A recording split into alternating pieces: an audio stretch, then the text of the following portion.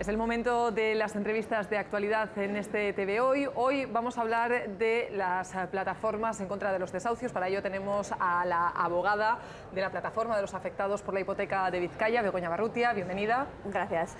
Vamos a empezar hablando de hoy mismo en el Congreso se debate y se aprueba la ley en contra de esos desahucios. ¿Cuál es su opinión sobre esa ley? Pues hombre, evidentemente no estamos conformes con ellas.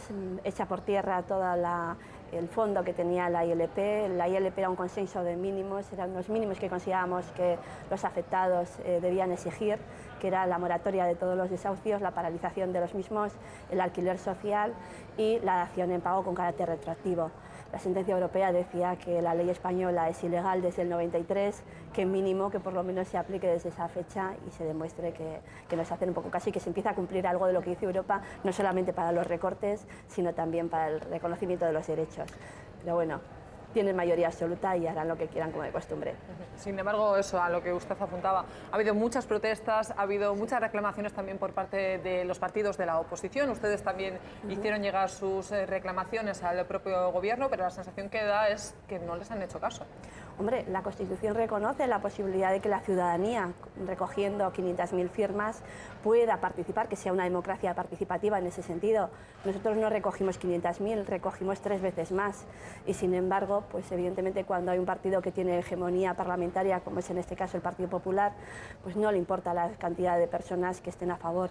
De hecho, ellos se sustentan el hecho de que tienen mayoría absoluta de parlamentarios, pero no se dan cuenta de que no tienen mayoría absoluta de votos. Los votos contados una a una los tiene la oposición, que está a favor de la ILP. Protestas han visto mucho también en torno al Congreso. ¿Qué es lo que hay que hacer para que escuchen a las reclamaciones? Pues no lo sabemos ya. Creo que hemos hecho todos los intentos habidos por haber. Hemos intentado hablar con ellos, hemos enviado cartas, les hemos enviado cartas de afectados, hemos pedido reuniones, se ha intentado hablar con todos los partidos políticos. Yo creo que cuando no es más sordo aquel que no quiere oír. En este caso el Partido Popular ha decidido ser sordo, no quiere oír y evidentemente le podemos decir cualquier cosa que no nos va a escuchar. Centrándonos en ese decreto de ley sobre los desahucios, sí hay algunas medidas que se van a aprobar. ¿Esas medidas qué supondrán en la práctica? Pues en la práctica supondrá muy poquito. O sea, es un poquito de maquillaje más sobre lo que ya teníamos. El problema es que el problema sigue radicando, o sea, el problema sigue estando ahí de fondo. Nosotros lo que pretendemos es evitar y que las plataformas podamos desaparecer algún día porque no haya este drama social, porque no haya esta lacra social que es el de los desahucios. Concretando un poco, ¿cuál sería la medida que ustedes hubieran querido que aprobara el Gobierno? Pues como mínimo la paralización de todos los desahucios hasta que se dicte una nueva ley ajustada a derecho, que es lo que pide Europa, que no vulnere los derechos de los consumidores y usuarios y evidentemente al ser esa ley que se tenía que haber aprobado como mínimo en el 90 y la ley es la directiva que se aprobó por España, que se firmó por España en Europa es del 93, pero tenía 2 años para transposicionarlo a España, como mínimo desde el 95 fuesen retroactivos hasta esa fecha, porque es la ilegalidad que se ha estado estableciendo desde entonces. Una de las mayores exigencias o peticiones que han llevado ustedes al Gobierno, que han trasladado ustedes al Gobierno, era la de la aprobación de la dación en pago. ¿Han perdido toda la esperanza de que finalmente se apruebe la dación en pago? No, seguiremos luchando, igual que llevamos 4 años pidiendo la dación en pago y hasta ahora con pocas expectativas seguiremos en nuestra idea de que la única solución para este problema es la dación en pago. La dación en pago que se da a empresas, que se da en el Levante, todos los ingleses, alemanes que tenían pisos, han llegado al banco, han entregado las llaves y ya está. Ha habido dación en pago para ellos, lo que pedimos es que se aplique para todo el mundo. Pero, ¿por qué es tan necesaria la aprobación de la dación en pago? ¿Qué supondría la dación en pago? Es que cuando una persona tiene una hipoteca y el banco se la adjudica por el 60% de valor de tasación, el resto de la deuda, incluido intereses, costas y demás, queda vigente, con lo cual esa persona queda endeudada de por vida porque son garantías indefinidas y personales, tanto él como los avalistas. Con la dación en pago a los avalistas automáticamente quedarían excluidos de la deuda y el particular quedaría sin vivienda pero quedaría sin deuda, con lo cual podría volver a retomar su vida. Pedimos una segunda oportunidad. ¿Es tal vez el propio sistema inmobiliario actual el mayor enemigo que tiene la dación en pago? Porque hoy en día en España el 40% de los ciudadanos tienen una casa en propiedad y da la sensación de que si esta dación en pago se aprobara, los bancos se encontrarían con un problema grave. Yo no creo que se encontraría con un problema grave, porque cuando nosotros hablamos de la dación en pago, decimos para aquellas personas que deben dejar de pagar porque no tienen ingresos suficientes por una situación de quiebra económica y que no queda otro remedio. No es que yo, porque hoy me levanto con el pie derecho, digo, voy a dejar de pagar mi hipoteca y que se quede el banco con ella. No, se tiene que dar una serie de circunstancias para que haya esa dación en pago. El decreto de buenas prácticas y el de moratoria evidentemente han sido insuficientes. Entonces nosotros lo que decimos es aquellas personas por una quiebra económica, por una deuda sobrevenida, por una situación sobrevenida, deban dejar de pagar su hipoteca porque tengan incapacidad de hacerlo, evidentemente que tengan esa posible solución. Sin más, habrá otros miles de personas que no tengan que optar a la dación en pago. De todas formas, sí te voy a comentar, hace poco en un medio de comunicación salía un representante de la banca diciendo que, bueno, que la dación en pago estaba recogida en nuestro ordenamiento jurídico, y es cierto, y que de hecho a aquellas personas que se les había ofrecido. Yo voy a poner, en cuanto oí esas noticias, me levanté a todo correr porque va por la noche, fui al armario donde tengo yo mis escrituras y fui a leer mi hipoteca. Yo afortunadamente la tengo ya pagada, pero yo, pues porque tenía otras circunstancias, cuando yo compro mi vivienda, la compro por 22 millones de pesetas, de las antiguas pesetas, pido 5 millones solo al banco y a mí no me ofrecen la dación en pago. O sea, yo les estoy pidiendo menos del 20% de lo que me costaba la casa y a mí no me ofrecieron la dación en pago. Luego mienten cuando dicen que que se tendría que dar en aquellos créditos en el cual el importe sería inferior. En Europa lo están dando y las están dando con el importe de 80%.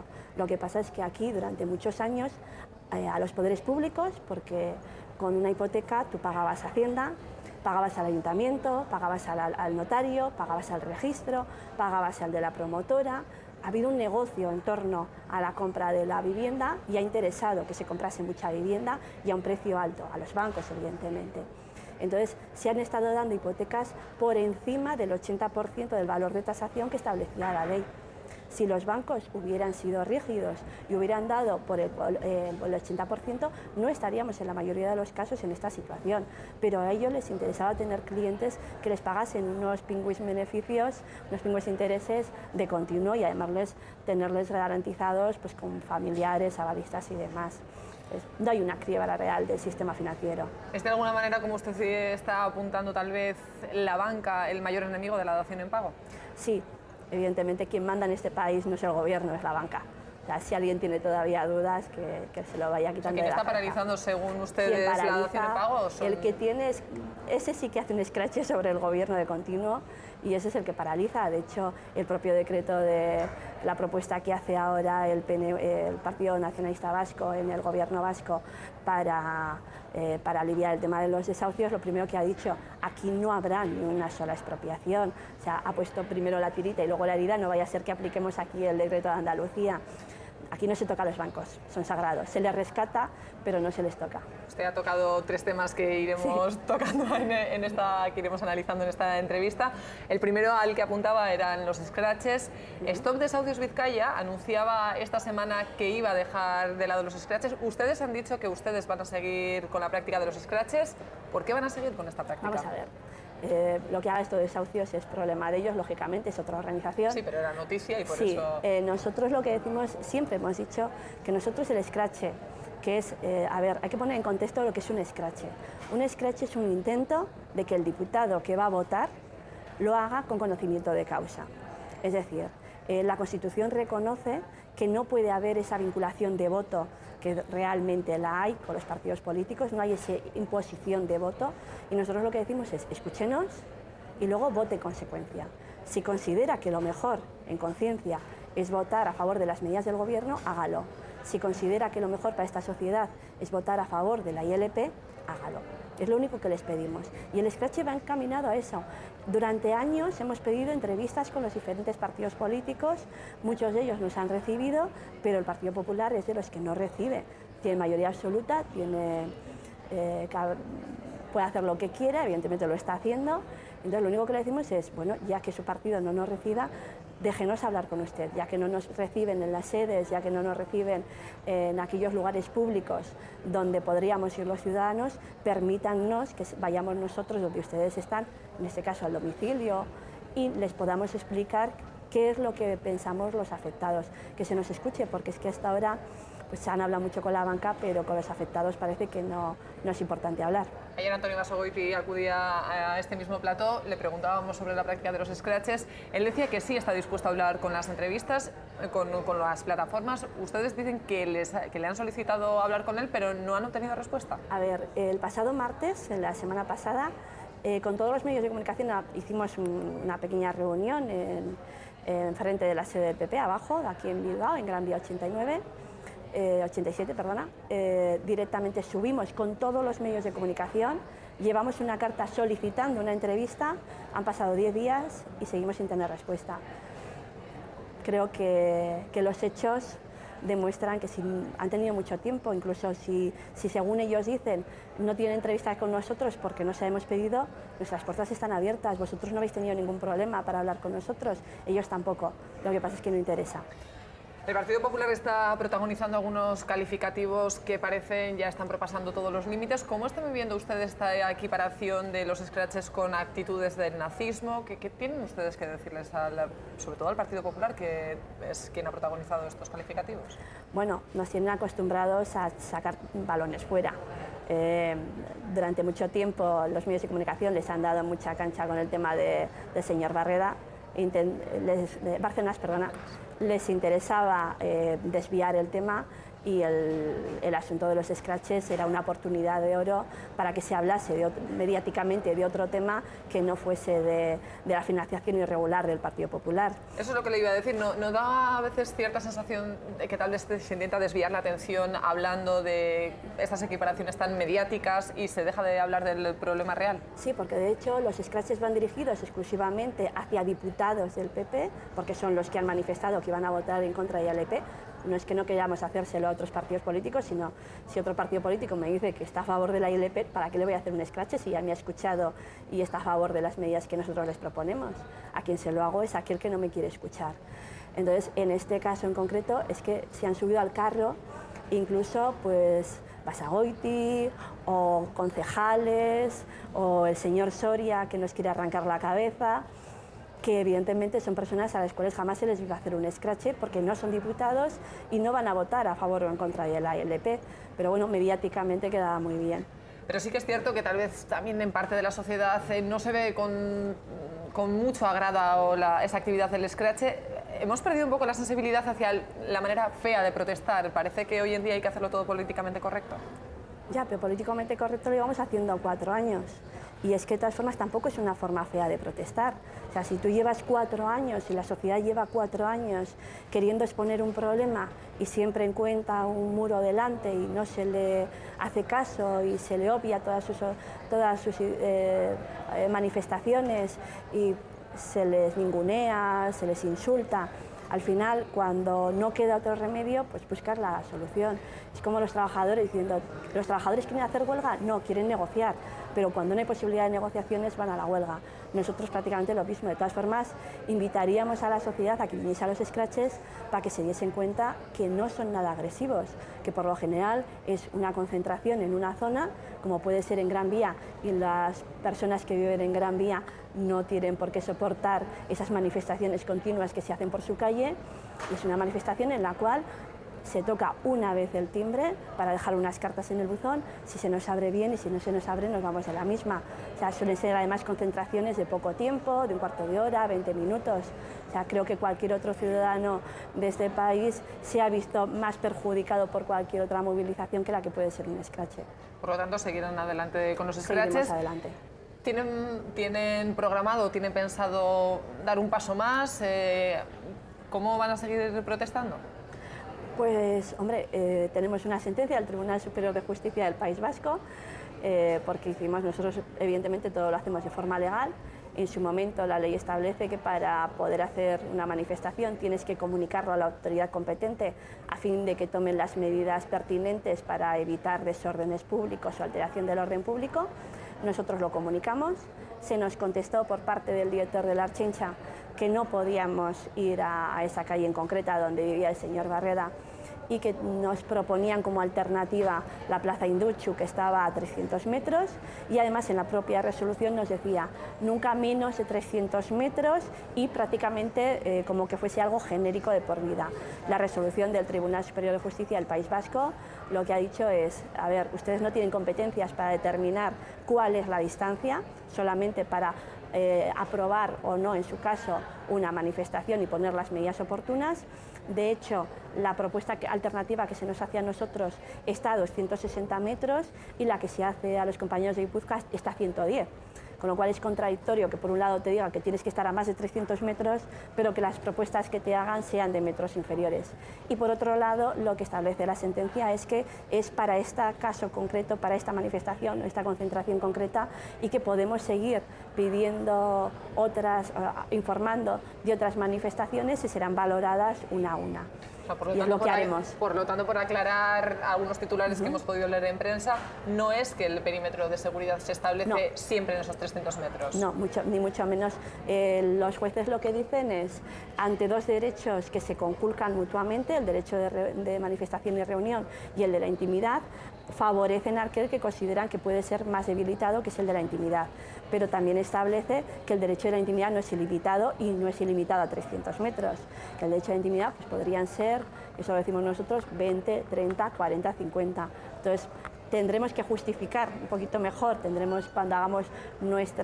informemos a la autoridad competente, informaremos mejor de qué vamos a hacer para demostrarles que no hay voluntad de alteración del orden público, ni de intimidar ni acosar a nadie, y que evidentemente esperar que la autoridad obre en consecuencia. Hemos demostrado además que no somos agresivos, ni coaccionadores, ni intimidatorios. Eso ha sido en Euskadi. El ministro de Interior, Jorge Fernández Díaz, también hacía referencia a ese perímetro. Él aseguraba que en el caso de España también se iba a analizar en cada caso de manera individualizada, que no se iba a establecer un perímetro de 300 y de 30 metros, es de lo que hablaba él. ¿Usted cree que va a ser así? Esperemos que sea así, porque los diputados lo van a tener muy difícil para oírnos a 300 metros. Espero que tengan una buena sordina, porque si no lo van a tener muy difícil. De hecho, el diputado de Guipúzcoa, en la página web del PP, él mismo se denomina como una persona conciliadora y que considera que la forma de hacer política es escuchando al pueblo. Debe tener muy buen oído si lo quiere hacer a 300 metros. Venimos nuevamente a la justicia más cercana, en este caso a los jueces de Bilbao, que han decidido suspender los desahucios de pisos sin subastar. ¿Qué opinión le merece esta decisión? Hombre, ellos esta decisión la toman en base a la sentencia del Tribunal Europeo, que establece que la ley hipotecaria española es ilegal. Entonces, si la ley hipotecaria española es ilegal, entendemos que es ilegal todo el procedimiento, no solamente el inicio del procedimiento. Y por lo tanto, las subastas también estarían basadas en un procedimiento ilegal y el lanzamiento estaría también basado en un procedimiento ilegal. Con lo cual no entendemos por qué esa limitación de si estás en la fase inicial del procedimiento sí, si estás ya en la fase final no pasa nada y te pueden echar de tu casa. No lo entendemos. Imagino que la decisión que adoptaba Europa en su momento supuso un importante espaldarazo para ustedes. Sí, porque era el reconocimiento de lo que llevábamos 4 años diciendo. Durante 4 años hemos dicho que la legislación española era ilegal. Europa ha reconocido, el Tribunal Europeo ha reconocido que nuestra legislación es ilegal y que por lo tanto habría que modificarla entera, porque las cláusulas abusivas no son las dos que estableció en su momento, que sabía todo correr la portavoz del gobierno diciendo cláusulas abusivas que te puedan echar con menos de 3 cuotas y los intereses moratorios. No, señores, hay muchas más cláusulas abusivas en un contrato además que es imposición, que no es un contrato avalado por ambas partes. ¿No es grave de todas maneras que tenga que ser Europa quien dé el toque de atención al sistema hipotecario español para que reaccione de alguna manera? ¿O qué imagen da esto también fuera de Euskadi, fuera de España? Tanto que les gusta cuidar la imagen exterior, lo que nos vienen demostrando es que además no es la primera sentencia que les dice en este caso al gobierno que están incumpliendo normativas europeas. Queda muy bonito cuando hay protocolos internacionales sobre protección de los derechos fundamentales, firmarlos, pero luego cumplirlos es más difícil y parece que lo del cumplimiento pues se queda un poco al margen. Hablando de protocolos, hablamos ahora del protocolo impulsado por el Gobierno vasco, al que usted también apuntaba anteriormente, un protocolo que entrará en vigor en junio. ¿Qué supone este protocolo? ¿Y es suficiente? A ver, primero, supone que es algo impuesto, parece que se están que copiamos todo lo malo. Es un protocolo impuesto por el Partido Nacionalista Vasco, porque no ha tenido en cuenta ni a las plataformas ni a los partidos que forman el arco parlamentario vasco. Eso en primer lugar. No hay un trámite de audiencia o de revisión en el propio Parlamento. Eso en primer lugar. En segundo lugar, creemos que las medidas son fundamentalmente de cara a la sociedad, a dar una imagen de que el gobierno vasco está haciendo algo. Vamos a ver, una de las medidas fundamentales es que deja en manos de los jueces el determinar quién está en una situación de riesgo social. Pues bien, con el procedimiento judicial actual, el juez no ve jamás al ejecutado, jamás. Ni sabe si tiene hijos, si no los tiene, si tiene trabajo o no lo tiene.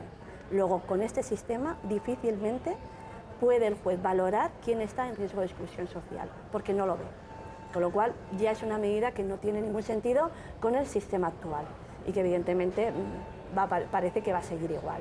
Y por otro lado, nos habla de poner a disposición de las personas que han perdido la vivienda o que estén en riesgo de ponerlas unas viviendas de protección oficial, que es una medida que ya se anunció hace tiempo y que sigue sin cumplirse, con lo cual pues no sabemos a qué viene eso, a no ser que tengan miedo a que nuevamente las plataformas que estábamos valorando positivamente y algún partido político estaba valorando positivamente el decreto de Andalucía y que había intención de presentar una proposición no de ley para su aplicación, evidentemente adaptado a las leyes vascas, ponerlo también en práctica en el País Vasco, pues automáticamente sacan algo para que no se haga.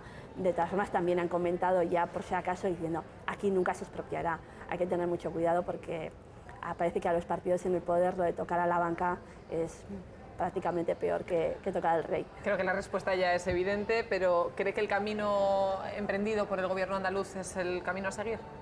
Hombre, es un paso adelante. Evidentemente se puede ir más allá, pero es un paso adelante. El gobierno andaluz lo que ha hecho ha sido, en la medida de sus posibilidades, en lo que tienen competencias, porque evidentemente no tienen competencias para modificar una ley estatal, pero en la medida de sus competencias, por lo menos poner todos los medios que están a su alcance para evitar en la medida de los posibles ese riesgo de exclusión social. Sin embargo, la Comisión Europea ya ha anunciado que está analizando la viabilidad del decreto impulsado por el gobierno andaluz. Si lo echa abajo, si lo anula, sería también un golpe, ¿no?, en ese optimismo que ha podido generar de alguna manera ese decreto. Yo creo que las comunidades autónomas tienen muchas más competencias de las que Europa puede pensar y que tienen muchas competencias para solucionar o para paliar muchos de los resultados de lo que le puede pasar a un ejecutado hipotecario. En los últimos datos que daban ustedes sobre 2012 se hablaba de más de 2.500 desalojos en Euskadi, la mayoría de ellos en Vizcaya. ¿Cuáles son los datos que barajan en estos momentos? ¿La tendencia es que va aumentando o...? Es al alza. Incluso aquellas entidades financieras que manifestaron en su momento, tras el fallecimiento de Amaia Guía, que no iban a desafiar, siguen haciéndolo, desgraciadamente. Parece que damos una imagen y una propuesta de cara a los medios de comunicación y a la ciudadanía vía medios, y otra imagen cuando se va a los despachos a negociar. ¿Usted no se cree, por lo tanto, las medidas anunciadas por Kutxabank, por ejemplo? No, directamente no. No, porque llevamos muchos años intentando negociar con ellos. De hecho, la semana pasada un autobús de afectados de Madrid tuvieron que venir a Bilbao para que les empezasen a hacer caso, porque cuando van a sus entidades con las cuales han suscrito el préstamo, les dicen que eso se lleva en Bilbao, que es donde está la central, y cuando llegaron aquí les dijeron que no, que el responsable de zona norte estaba en Guipúzcoa. Creo que es una forma de marear la perdiz y no hacer caso a las pretensiones, que lo único que en muchos casos se pretende es negociar nuevamente pues una posibilidad de poder seguir pagando la hipoteca y seguir teniendo casa. ¿No hay margen de entendimiento con la banca? Pues prácticamente no, es muy pequeña. Kutxabank ha afirmado, por ejemplo, que renegoció 3.000 hipotecas en 2012 con deudores de buena fe, es como los calificaba. ¿Qué son deudores de buena fe? A ver, consideran deudores de buena fe aquel que no le importa someterse a nuevos abusos de la banca. Ejemplo, tú tienes una hipoteca, no la puedes pagar, estás tú solo como persona avalante de esa hipoteca, pero te proponen una modificación de la misma en la cual metes a tus primos, a tus tíos, a tus vecinos, de forma que si tú no puedes pagar no hay ningún problema porque lo va a pagar otro. esas son las que están renegociando. Pero claro, en una situación de crisis como la que actuamos, laboral, como la que estamos actualmente, es muy difícil que alguien quiera de buena fe seguir metiendo a más personas para que caigan con él. La mayoría de las personas lo que quieren es lo contrario, que aquellas personas que de buena fe les avalaron, por lo menos no pierdan también sus viviendas. Hablando ya, vamos acabando porque nos quedan ya apenas unos minutos, los afectados por los desahucios, hasta ahora parecía que sí que había un cierto tabú para admitir que alguien está a punto de ser desahuciado. ¿Ha cambiado ya esta actitud? ¿La gente acude más tranquila a sus Va cambiando plataformas poco a como la poco. suya? A ver, el problema hipotecario comienza fundamentalmente en aquellas capas más bajas de la sociedad, en aquellas personas que tienen menos recursos, extranjeros y demás, y lo vemos como algo ajeno al resto de la sociedad. En el momento que empieza a afectarnos, consideramos que hay un fracaso. Muchos de las personas que vienen a las plataformas se sienten fracasados personalmente por no haber sido capaces de dar esa respuesta habitacional a sus familias, y les cuesta mucho que el resto de su entorno, su familia, sus vecinos sepan que están en esa situación. Con lo cual, además aquí somos muy abiertos a la hora de salir de poteo, salir con los amigos, pero somos muy cerrados para contar nuestros problemas. Y a la gente le costaba salir, todavía le cuesta, pero afortunadamente se ha creado ya una conciencia en la cual se ve como algo normal, que no es algo buscado. Nadie ha vivido por encima de sus posibilidades, como mucho nos han estafado por encima de nuestras posibilidades. El que ha comprado un piso ha sido porque no le queda otro remedio, porque si no lo compraba hoy, la semana pasada iba a ser más caro. Y no le queda otro remedio decir, venga, hoy tengo trabajo, tengo ya un contrato, aunque sea de 6 meses, me voy a meter en una vivienda, porque si no me veo con 50 años viviendo con mis padres. El discurso que han lanzado hasta ahora es bastante escéptico, la verdad, pero ¿qué le diría a la gente que está a punto de sufrir un desahucio? ¿Les diría que acudan aún y todo a su plataforma? Sí, evidentemente. Desde las plataformas se está haciendo mucho. De momento, de la gente que está en nuestra plataforma, ninguno ha perdido la vivienda. Creo que es un buen dato. Creo que todavía los bancos ya algunos de ellos empiezan a flexibilizar un poco las condiciones para poder modificar las hipotecas. Se están llegando a pequeños acuerdos en aquellos que todavía pueden afrontar parcialmente al menos el pago de la hipoteca. Y bueno, por lo menos creo que hemos constituido una batería de acciones, de escritos, y los jueces nos están empezando también a dar la razón y están paralizando desahucios. Nuestra idea es seguir poniendo palos en las ruedas de ese procedimiento tan arcaico e ilegal hasta que de una vez se decida cumplir la normativa europea y hacer una ley justa que además sea retroactiva, que acepte la dación en pago y que el deudor hipotecado tenga posibilidad de hablar en su procedimiento. Begoña Barrutia, con ese mensaje nos quedamos. Hasta aquí lo que ha dado de sí esta entrevista de actualidad con la abogada de la plataforma de afectados por las hipotecas de Vizcaya. Hasta aquí, por lo tanto, como decía, esta entrevista. Adela, el paso ya es para vosotros, para Miramón.